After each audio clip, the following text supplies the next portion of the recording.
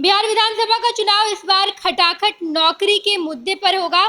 बिहार सरकार ने अपना खजाना खोल दिया है और तेजस्वी यादव को चुप कराने के लिए अब नौकरी दी जा रही है। नीतीश कुमार ने कई सारे विभागों में नौकरी देने का ऐलान कर दिया है। बता दें आपको कि बिहार में पिछले 2 दिनों में कई सारे विभागों में नौकरी देने का ऐलान किया गया है। बिहार सरकार ने 2 दिनों में 59,042 पदों का विज्ञापन जारी कर दिया है।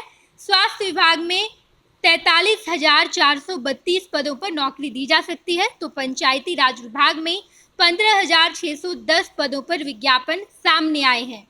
पंचायती राज विभाग के 15,610 नौकरियों में कुल अस्थायी पदों की संख्या 4351 होगी, जबकि अस्थायी पदों की कुल संख्या 11,559 है। स्वास्थ्य विभाग में संविदा पर 5,740 पद पर नियुक्तियां की जा रही है।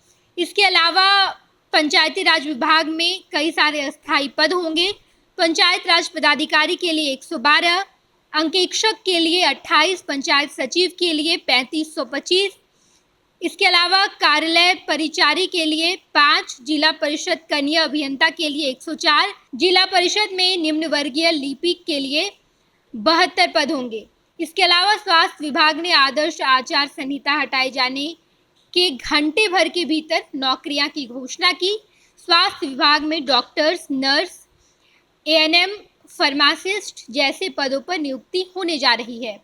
सहायक प्राध्यापक के लिए 1339 पद हैं और ये तमाम नौकरियां बिहार सरकार देने का ऐलान कर चुकी है।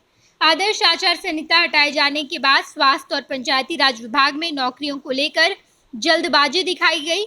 ये दोनों विभाग बीजेपी कोटे के मंत्रियों की है। दोनों विभागों में कॉन्ट्रैक्ट वाले और परमानेंट नौकरियां दी जा रही है। इसके पीछे की वजह साफ है। बीजेपी लोकसभा चुनाव में नौकरी और रोजगार के नाम पर घिर गई है।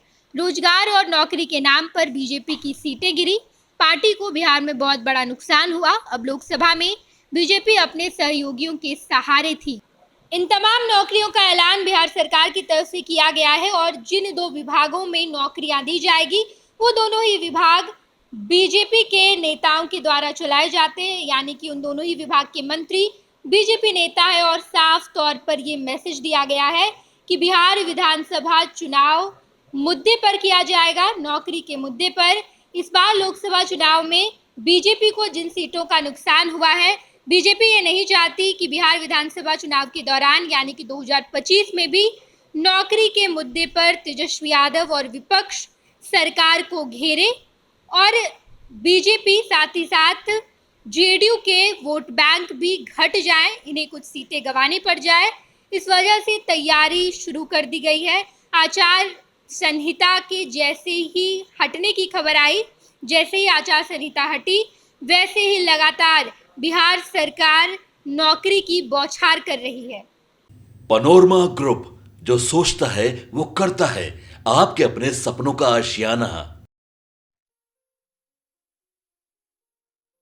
ये लो, मुंह मीठा करो। आज मैंने अपना जॉब छोड़ दिया।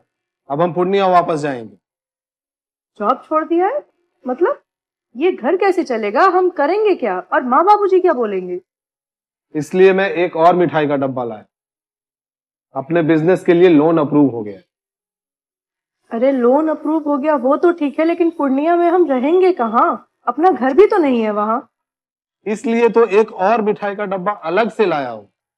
हमने पूर्णिया में घर ले लिया है, पूर्णिया के ई होम्स पैनोरमा में।